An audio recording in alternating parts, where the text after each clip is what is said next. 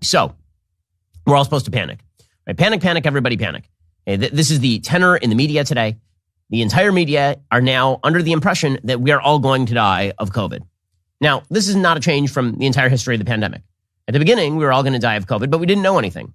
Then we knew that if you were young and healthy, the chances were very, very low that you were going to die of COVID. It didn't matter. The media continued to proclaim that you were going to die of COVID because COVID was super duper duper scary, no matter the fact that if you were young, you had about 1,000 times less a chance of dying than if you were elderly in the United States, or that if you were obese, you had a far higher chance of dying than if you were healthy. Right? There are very obvious striations in terms of risk when it came to COVID from the very start, and the media just fibbed about it. They would have on doctors, they'd have on Fauci, or they'd have on Robert Redfield. They'd have on people who would just say things like, well, you could die. And it's like, well, that doesn't help me at all. I need an actual risk assessment. It's true. Any possible day I could die. Any moment I could die, right? Lightning bolt comes down from the sky, hits you, and you're dead. That could happen.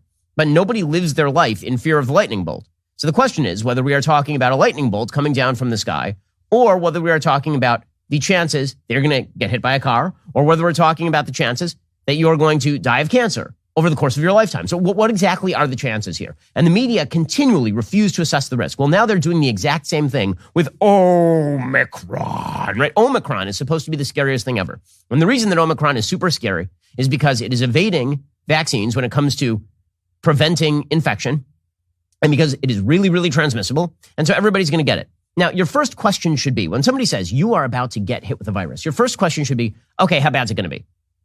That would be the normal first question, right? You're going to get hit with the virus. I want to know whether the virus is Ebola or whether the virus is the common cold. Which one is it?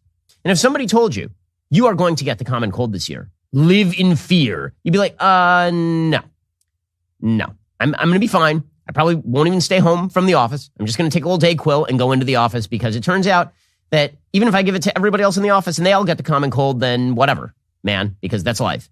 We can't all live in a society together without some people getting mild illness sometimes, right? That's just a normal fact of everyday life. We've forgotten about all that. The media have decided that anytime there is a mild illness that everybody is going to get, we're supposed to freak out. So you see headlines like this: COVID surge is gripping New York City ahead of the holidays. We've never seen this before. Alexandra Marquez writing for CNBC.com. New York City's COVID-19 positivity rate doubled in just 3 days as the city battles a virus surge ahead of the holidays. Dr. Jay Varma, a top health advisor to Mayor Bill de Blasio, tweeted Thursday, we've never seen this before in New York City. From December 9th to December 12th, the percentage of positive tests in the city spiked from 3.9% to 7.8%. Varma said this is SARS-CoV-2 evading both vaccine and virus-induced immunity against infection, unlike any variant before. Now notice, he's not saying that it is evading vaccine or virus-induced immunity against hospitalization and death, which is the thing you actually care about. Again, if I were going to tell you that you already had COVID, that means that if you get COVID again, you're not going to die, you're not going to be hospitalized, you're going to be sick for like a day. You're like, okay, well, that's life. But the way that they constantly conflate in the media immunity against infection versus immunity against hospitalization and death. I don't care about being infected with the virus if it means that I have the sniffles. I don't care. And no one else should care, because that is just called life. But we're supposed to care now because we have been trained by the media and by our government that the government can stop this thing. Again, I keep saying it because it's true. There's a fundamental lie we were told from day one, and that's if you listen to the government enough, the virus will just go away. It will just stop. That is not correct. It is not true. It has never been true. It is certainly not true now, which means that we're going to have to live with the virus. Good news. The virus you have to live with now is so much milder than the original variant that it is in most cases asymptomatic or common cold-like, according to the latest data. And yet we're supposed to treat it as though it's going to kill everybody for purposes of telling you to mask up and lock down. And even if you're vaxxed, you're supposed to stay away from people. Like, all of this is nonsense. I'm just telling you, it's nonsense. Like the measures that are being recommended right now by your public health establishment are completely disconnected from the conditions on the ground. They're completely disconnected from the data on Omicron. They're completely disconnected. They've been disconnected for a while. Okay, they were disconnected once the vaccines came out. And then they were disconnected with regard to Delta. There are zero studies, showing that any mask short of a KN95 stops Delta. Forget about Omicron. Omicron, by the way, is 70 times more infectious than Delta. We still don't have a study. That study from Malaysia, the one that they're constantly citing, about how effective masks are, and there are serious questions about that study in the first place. I looked at that study. It is not a particularly well-constructed study. Even if you take the bottom line results at face value, that was a test that was done before the rise of Delta. I asked the study authors myself. I mean, we are seeing this thing spread like nobody's business. And guess what? People are generally not dying. That's what the data are showing. But again, the media have to push this thing like it's the end of the world. Positivity rates are rising, says CNBC, as the Omicron variant spreads. According to data released Wednesday from the Centers for Disease Control and Prevention, New York and New Jersey are the two states with the most rapid spread of the newly identified variant. Okay, by the way, this should show you that all of the government's talk about how lockdown measures are going to save us all. You notice two of the most lockdown states still are New Jersey and New York in the country. They're also two of the states with the highest vaccination rates. So what happened? What happened? We were told that if we did all of the things, you would protect us. Weird, because they did all the things in New York. They did all the things in New Jersey. And guess what?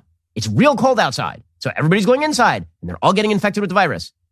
Just as I said they would, because that's what the data show. See, all along the line here, I have just been following the data, the actual underlying data. That's what I care about. I don't care about the politics of masking. I don't care about the politics of lockdowns. I don't care about any of the politics of it because it's irrelevant. The question is going to be how you balance the everyday needs of Americans with the risk factors from the virus. And all balances were deemed verboten from day one by the media and by the government. If you said we have to balance these two factors, how you live your life and the risks of the virus, they would say, no. You have to treat the risks of the virus not only as completely outsized, like wildly out of proportion with what the actual risks of the virus are, you have to completely disregard any other associated costs. And if you don't do that, you're a bad person. If you don't do that, you want to kill grandma. This was the line. And they're still using that same line. And somehow idiots are falling for it. It's amazing to me. Somehow people are still falling for this thing. Listen, if you are elderly, you should be scared of pretty much anything that is disease related. It's funny. I was at dinner last night with an ophthalmologist friend, and he has a really large practice. And he was talking. He gave me a statistic I found fascinating. The dirty little secret about medicine in the United States is that the people in the United States who die are old. Now, I know that's a shock to you, but that is the reality. Whenever you hear that something kills a lot of Americans, understand that virtually everything we are talking about is a thing that kills a lot of old Americans. Because it turns out, as you get old, you get closer to death. I know, it's shocking. It's shocking. How dare we mention the fact that as you get older, you are probably going to die at a higher rate than if you are 30. I know this is devastating news to all of us who know this from the time that we are small children. That if you die at your chances of dying at 91 are not the same as your chance of dying at 11, right? Like we all know this, but when we mention it, it's kind of awkward. Okay, so here's a stat. You ready for this? What is the surgery with the highest associated rate of death? The surgery in the United States, after which people tend to die most often. What do you think it is? The answer? Cataract surgery. Now, cataract surgery is like an outpatient procedure where very often you don't even have to be anesthetized. Right? Cataract surgery is not a major procedure. So why is everybody dying after a cataract surgery? Why do so many people die after? Because they're all 90. That's why you have cataracts in the first place. You have cataracts in the first place because you're 90, and then you die because you're 90, not because of the cataracts. Okay, so this is true with virtually everything in American life, right? We talked about this a few days ago. There's a big headline in the New York Times. 1 out of 100 people who are above the age of 65 in the United States died of COVID last year. You're like, right, but how many people above the age of 65 die every year in the United States? And the answer is 4. Right? 1 out of 25 people above the age of 65 will die in the United States. Why? Because there are a lot of people above the age of 65 who are 80. There are a lot of people above the age of 65 who are 90. So yeah, that is not a shocking statistic particularly. The reason this makes a difference, folks, is because when you are constructing systems for the entirety of humanity, when you're constructing systems that don't just affect 80-year-olds in nursing homes, but affect 30-year-olds at work or 5-year-olds at school, and you don't treat them differently, it's because you are doing bad public policy. It's because you're an ignoramus or you are badly motivated. Those are the only two possibilities here. It is certainly not driven by public health. But they're going to panic you. This is the only way that they can control you. According to Dr. Dave A. Choksi, commissioner of the New York City Health Department, Omicron is here in New York City. It is spreading quickly. De Blasio and his health advisors at the briefing expressed concern ahead of the holiday season. Demand for testing has increased following a few major events, including last weekend's annual SantaCon pub crawl event. He said, we're seeing a surge ahead of the holidays. I do expect cases will continue to increase in the coming days. De Blasio announced that they're going to increase their testing capacity. Good luck. I mean, I'm sorry, but the testing, you can't test and trace. It ain't going to make a difference. This thing spreads too fast. Right now in South Korea, they can't slow down COVID-19. More than 80% of South Korea is dosed already. 2 doses. But they're now reinstituting restrictions based on Omicron. See, here is the thing. It's an amazing logical flip that they've made. Okay, the idea is, in order to prevent forever lockdown, we must lock you down indefinitely. You see the trick? The trick is, we have to lock you down now without an end date so that you won't have to lock down forever. I feel like that's kind of the same thing, guys. Because you have offered no pathway out. At what point do you say we're done? The answer is at no point do you say we're done. Ever. Because of Omicron, I'm looking at the stats right now. Okay, here is the way usually COVID works. The way COVID works is usually you have a spike in cases. Then about 2 weeks later, or a week later, you have a spike in hospitalizations. And then about 3 weeks later, or to a month later, you have a spike in death. So I'm looking at the South African stats right now. Okay, South Africa started to spike in terms of cases basically mid-November. So they went from their 7-day running average of cases being essentially 245, 275, somewhere in that neighborhood at the beginning of November. And then in mid to late November, about a month ago, it spiked. It started to spike. It went up to 687 new cases per day. And then you had 8,000 new cases per day by the end of November. And today you have about 25,000 new cases per day in South Africa, right? So it started to spike at the end of December. I mean, at the end of November. At the end of November, mid-November, about a month ago, this is when we started to see the spike in cases. So you would expect to see a spike in death as well, correct? There is only one problem. I'm also looking at the South African death statistics, and I'm seeing no spike in death. As in zero, none, zip, nada, nil. Okay, the average rolling death rate in November, mid-November, was about 15. The average rolling death rate, 7-day rolling death rate right now is about 27. So, no. The answer is no. Right, the 7-day average November 10th was 31. The average rolling death rate today, 29. Which means Omicron, and by the way, this is not a secret. This is the part that's unbelievable. It's not a secret. The South African scientists said this at the time. The people who discovered the variant, we played clips of them on the show talking about how this thing was basically manifesting as a cold or asymptomatically. And yet we're going to go crazy anyway. And we're going to design public policy that is not rooted in anything remotely resembling reality. We'll get to more on this in just a second. It's absolutely maddening. It's absolutely maddening. First, it is the holidays. You deserve a gift that is going to keep on giving all year long. I'm talking about a gift that looks as good as it feels, and it's going to pay for itself in terms of how much more productive you will be at work. It's spreading really, really fast. Here's what we know. It's spreading super fast. According to The Hill, a new study says that while the COVID-19 Omicron variant infects the human body 70 times faster than previous coronavirus strains, the infections appear to be less severe. Researchers from the University of Hong Kong's LKS Faculty of Medicine found that after 24 hours of infection, the Omicron variant multiplied in the human bronchus 70 times faster than the Delta variant and the original coronavirus strain. That means basically in your throat. They also discovered that the Omicron infection in the lungs was significantly lower than the initial COVID-19 strain. Okay, well, that would be the thing, right? If you look at, my wife was showing me x-rays of this the other day, what a typical Delta or original variant COVID patient with severe COVID ends up looking like. And the lungs are pretty heavily damaged, right? You can see the cloudiness of the lungs because this is a respiratory ailment. When people die of COVID, it's because they're having respiratory problems. Okay, well, if it's not affecting the lungs, who cares? You have like a mild cough, you have like a cold. The strain replicated in human lung tissue at a rate that was more than 10 times lower than the original COVID-19 strain, which suggests it may cause less severe illness. Okay, so here's what we know. Super infectious, going to be almost impossible to stop people from getting it because it is resistant to the vaccines in terms of infection. According to a study authored by more than 20 scientists at Columbia and University of Hong Kong, a striking feature of the variants is the large number of spike mutations that pose a threat to the efficacy of current COVID-19 vaccines and antibody therapies, because the way that the vaccines were constructed is they were constructed to target spike proteins to resist infection, right? But this particular mutation has evolved to become less deadly, but more infectious, which is very often how these viruses work, right? If you're a virus, and I understand viruses don't have brains, but if you are thinking in sort of the Richard Dawkins selfish gene notion. If these viruses are attempting to replicate, then the goal would not be to kill the host. It would be to get the host to infect as many human beings as possible. So that means that viruses tend to become more infectious and less deadly over time. So this would not be a giant shock. Okay, so what it did is it mutated to target a bunch of spike proteins. So the ones that were resistant are now being avoided.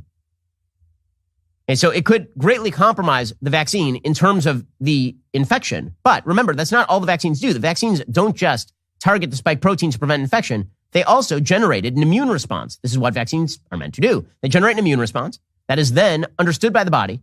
You get T cell immunity and B cell immunity. You get memory cell immunity. So the body knows how to fight it now. Basically, vaccines do a couple of things. To prevent infection, they target the spike proteins that can prevent the infection, but they also train the body so that the body remembers how to fight the infection once the infection occurs. It's basically like a dojo for your body's immune system.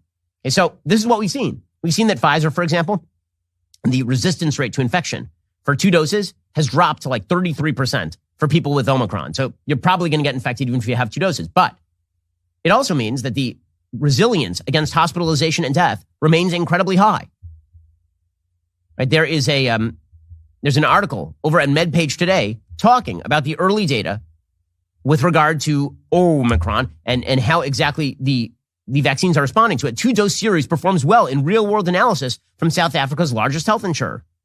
An analysis by insurer Discovery Health from the first 3 weeks of the Omicron wave showed 70% protection against hospitalization for those who received the 2-dose series compared with the unvaccinated. Though that's a decline from the 93% protection seen during Delta, it's still regarded as very good protection, according to the report, which was published in a press release on the company's website. Protection against hospitalization was maintained across all people aged 18 to 79. There's a slightly lower level of protection for those aged 60 to 69, about 67%, and 70 to 79, 59%, according to data shared during the briefing. Overall protection against infection fell to 33%. So what does that mean? It means that there's a good shot that even if you're double dosed, even if you're triple dosed, that you will get infected, but the chances that you're going to die are really low. And the reason they're low is because, number one, the disease itself is now less deadly. And number two, because you have retained prior immunity against actual hospitalization and death, which is the thing we used to care about.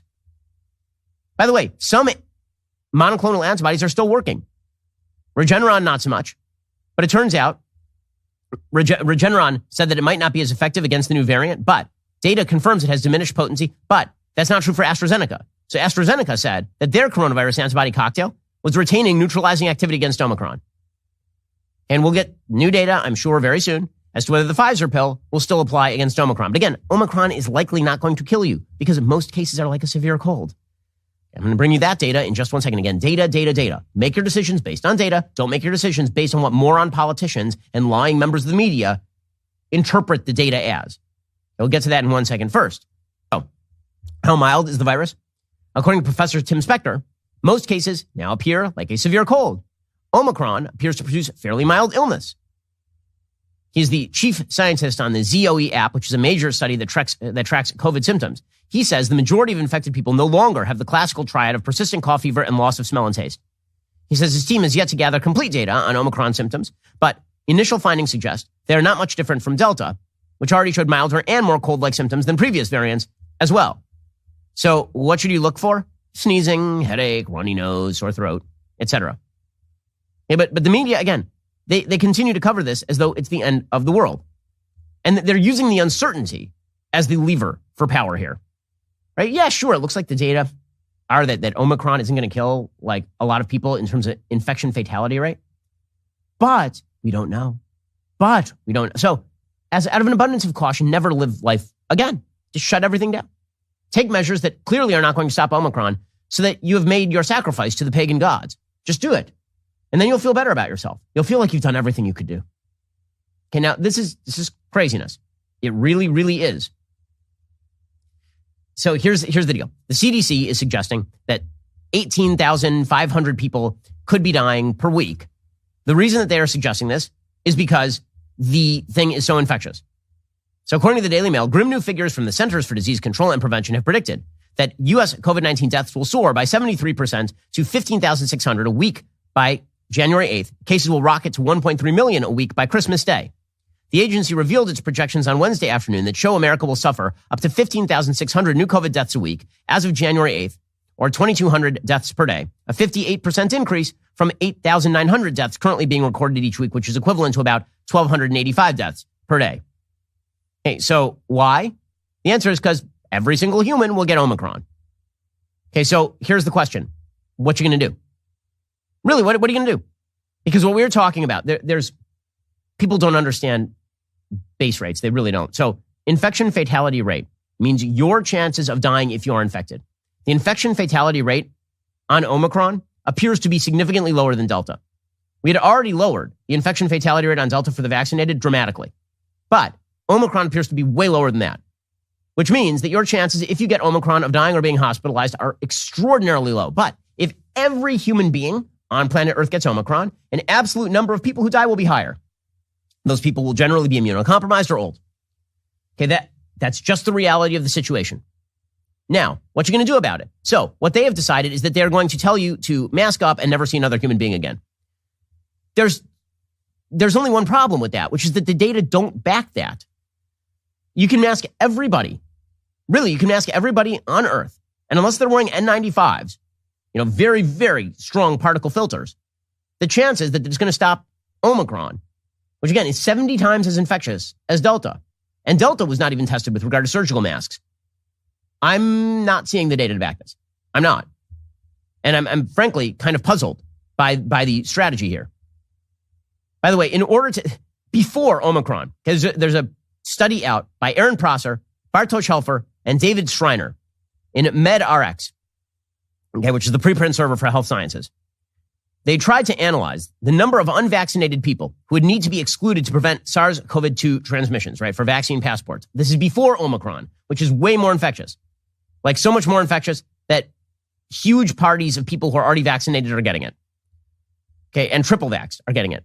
So this study suggests, this is before Omicron, which is way more infectious. In order to prevent one infection, you would need to exclude 1,000 unvaccinated people. Quote, our study suggests that at least 1,000 unvaccinated people likely need to be excluded to prevent one SARS-CoV-2 transmission event in most types of setting for most jurisdictions, notably Australia, California, Canada, China, France, Israel, and others. So you'd have to exclude 1,000 humans who are unvaccinated to prevent one transmission. Now, what do you do with a variant that is way more infectious than Delta? Like really, are lockdowns likely to work? And once again, let me point out that if you are young, your chance of dying from Omicron if you're young are minute. By the way, even during the pandemic itself, like the worst of the pandemic, if you were 18 to 49, you were now more likely to die of fentanyl overdose than you were to die of COVID. This is according to Fox 10 Phoenix. Families Against Fentanyl released some stats. They showed that between 2020 and 2021, nearly 79,000 people between 18 and 45 died of fentanyl overdoses. The number of people who died of COVID-19 between those ages, between the dates, January 1, 2020 and December 15, 2021, was 53,000. So not only did more people die of fentanyl overdose between 18 and 45 during that date, it was like 50% more people died of fentanyl overdose. Out of the 800,000 Americans who have died of COVID-19, this means of the 800,000 people, the grand total number of people under the age of 46 who have died of COVID is about 54,000, right? Which, again, it is heavily striated toward the elderly because death is heavily striated toward the elderly. But instead of figuring out, okay, what do we need to do to theoretically protect the elderly more? Instead, they're still trying to push lockdowns. Here's Joe Biden's spokeswoman yesterday, Karine Jean-Pierre, not saying we can't rule out more lockdowns. Of course you can't, because you kind of want them. You've made a box and now you can't get out of it. You suggested you were going to end COVID. You certainly cannot end Omicron. And yet you have to maintain the myth.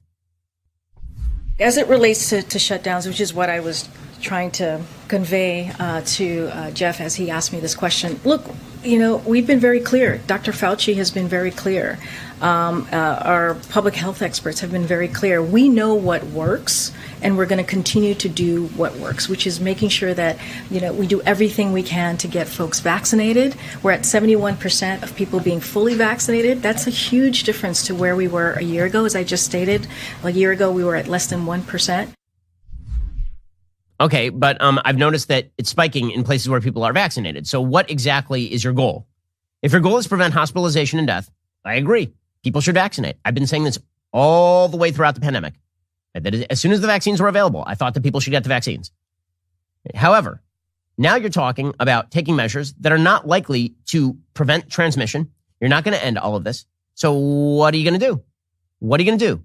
According to the New York Times, breakthrough infections are common. This week, Denmark reported that three quarters of Omicron cases occurred in people who had received 2 vaccine doses. A recent outbreak at Cornell may have been driven by Omicron. 97% of the population at Cornell is vaccinated. So, what exactly is your plan? Seriously, what's your plan? Because I've been saying for a long time that when it comes to COVID, everyone now has had the opportunity to get the vaccine. That's all you can do. End of story. The fact that more people are going to get Omicron does not change that. In fact, theoretically, Omicron is a better thing to get than Delta. Because, I mean, if you, as an individual, not on like a broad nationwide plane, because more cases lead to more absolute deaths, but on an individual level, your personal chances of dying from Omicron are apparently significantly lower than your personal chances of dying of Delta. So if you're going to get one of these diseases anyway, you may as well get Omicron. You're going to get one of them. Pick Omicron. It's sort of that's not a bad thing. That's a good thing. Omicron replacing Delta on a broad statistical level is a good thing if everybody's going to end up with Delta anyway. Nonetheless, Joe Biden continues to push the idea that it's boosters and the unvaccinated who are the true risk. Again, the unvaccinated were at risk from COVID. Depending on your age, it was either a high risk if you were elderly or a fairly low risk if you were 20. The unvaccinated were, and they are currently at the exact same risk, maybe a lower risk now if you're unvaccinated. Because again, if you're unvaccinated and you get Omicron, it's way milder. So maybe you are at like a way lower risk than you were with Delta. So in other words, Omicron replacing Delta, if you were like driven to get a vaccine, like if you were driven not to get a vaccine, like you really didn't want to get a vaccine. And the reason that you didn't want to get a vaccine is not because you were afraid of infection, but you felt like the infection was going to be less problematic for you than the vaccine, and this is why you didn't get the vaccine, or you felt that you already had COVID, and that means that you have T cell and B cell immunity. If that was your logic, Omicron not only does not change your logic, it exacerbates your logic. Because if you're one of the people who didn't get the vaccine because you were afraid that the vaccine was more severe than Delta, and Omicron is less severe than Delta, by the transitive property, you should now be less afraid of not getting the vaccine than you were before. The only reason that you were interested in getting the vaccine was to evade the consequences of the disease. If Omicron is less deadly than Delta, then the math on why you should get a vaccine is actually worse, not better. Right? This is, again, so the logic has not changed for the people who are unvaccinated, which is part of the problem. Again, like if you want to get vaccinated, you should get vaccinated. If you don't want to get vaccinated, I may think you're wrong, but you have that right in the United States. But Joe Biden is going to continue to push this. He says the unvaccinated are looking at a winter of severe disease and death. I have a question. Weren't they looking at that winter anyway with Delta? And why exactly he's pushing vax mandates. I don't know how you push a vax mandate on the back of Omicron that isn't going to work with regard to Delta. This is why, by the way, you should go sign our petition at dailywire.com/do-not-comply. It's our petition against the vax mandates from the Biden administration. We, of course, were the first company in America to file a lawsuit against the vax mandates when they came down. We're at over 900,000 signatures at this point. We're aiming for 1 million by Christmas. So please help us out. Forward it to all of your friends. Anyway, here's Joe Biden blaming the unvaccinated for everything, even though the vaccinated are passing this as well. For unvaccinated, we are looking at a winter of severe illness and death for unvaccinated. For themselves, their families, and the hospital they'll soon overwhelm. But there's good news. If you're vaccinated, you have your booster shot, you're protected from severe illness and death.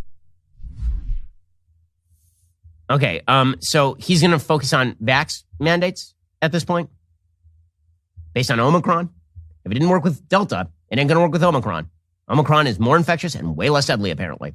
Alrighty, in just 1 second, we'll get to more measures that the left is pushing that have no relation to the data, which means they have to, there's an agenda behind it. If you see somebody doing something and you're like, they're saying it's for this reason, but it clearly is not that reason. There has to be another reason they're doing it. And the reason is because of the control. They want the control over your life. They want to portray themselves as capable of doing a thing they are not capable of doing. We'll get to more in just 1 second. First, okay, so everybody is talking about lockdowns and vaccine boosters and universal masking. Okay, I have a stat from South Africa. Okay, this one is just breaking. You ready? The South African hospitalization rate, which is what you care about, is at 1.7%.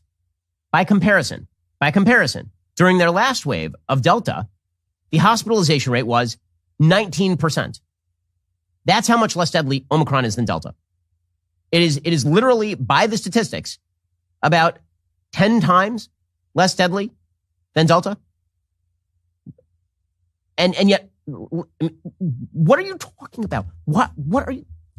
None of this makes any sense. And yet, you have the NFL has announced a return to universal masking and other protocols amid COVID-19 outbreak.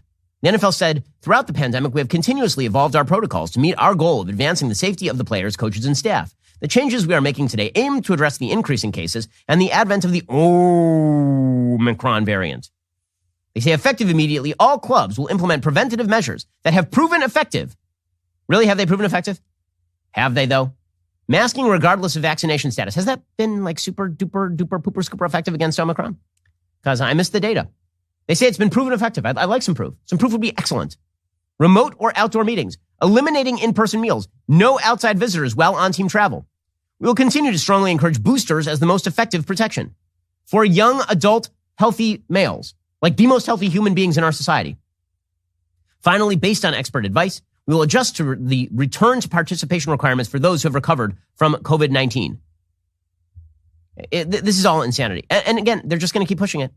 So you got ESPN's Jeff Van Gundy saying the NBA is going to have to pause or bubble. These are the healthiest human beings on planet Earth, and they're going to have to bubble or pause because people are getting mild colds in South Africa. Mike, it's all sports. I really feel that at some point there's going to be a pause to our season, a bubble to our season. The way they're predicting these cases to continue to go, as Davis with the dunk, I don't see any way around it. Well, clearly we hope that you're wrong, but it's impossible to predict. No, it isn't tough to predict if you're not invested in the narrative. What is the end goal here? Well, for the far left, the end goal, as always, is transformational change. There's an article by Anna North in Vox.com today talking about work. Here is the title of the piece. The world as we know it is ending. Why are we still at work? From the pandemic to climate change, Americans are still expected to work no matter what happens. The entire contention of the article is that because of COVID, no one should ever go to work again because work is bad. Instead, we need to make sure that people never have to work again. We have to restructure the entire American economy around the idea that people should do less work because work is bad. Work is bad. And now, so question, who's going to support all the people who are sitting in their homes because they're afraid of COVID, which is not going to kill them if it's Omicron and if they are not ridden with cancer, for example? What is the data? There is no data. But transformational change always requires a hook for the left. COVID was the best hook they've ever seen, and they will not let it go. Ever, ever, for the rest of time, ever. It's up to you to push them. It's up to you to push back. It's up to you to say, I'm not going to comply with your nonsense because you're not even presenting me with the data. This is why, again, I'll urge people, head on over to dailywire.com/do not comply, sign our petition. We're at 900,000 signatures. We're trying to get to 1 million. But as a basic way of living, they are offering you no life in return for no real additional shot that you're going to avoid COVID. If that sounds like a great bargain to you, keep voting for them. All righty, we'll be back here later today with an additional hour of content. First, you can't forget to end your week by checking out The Andrew Klavan Show. Drew's shows every Friday. He's got an exciting evening planned for you tonight. He's diving into how Democrats fear the right are the ones threatening democracy. So head on over to dailywire.com, 7 p.m. Eastern, 6 p.m. Central. Tune in. I'm Ben Shapiro. This is The Ben Shapiro Show.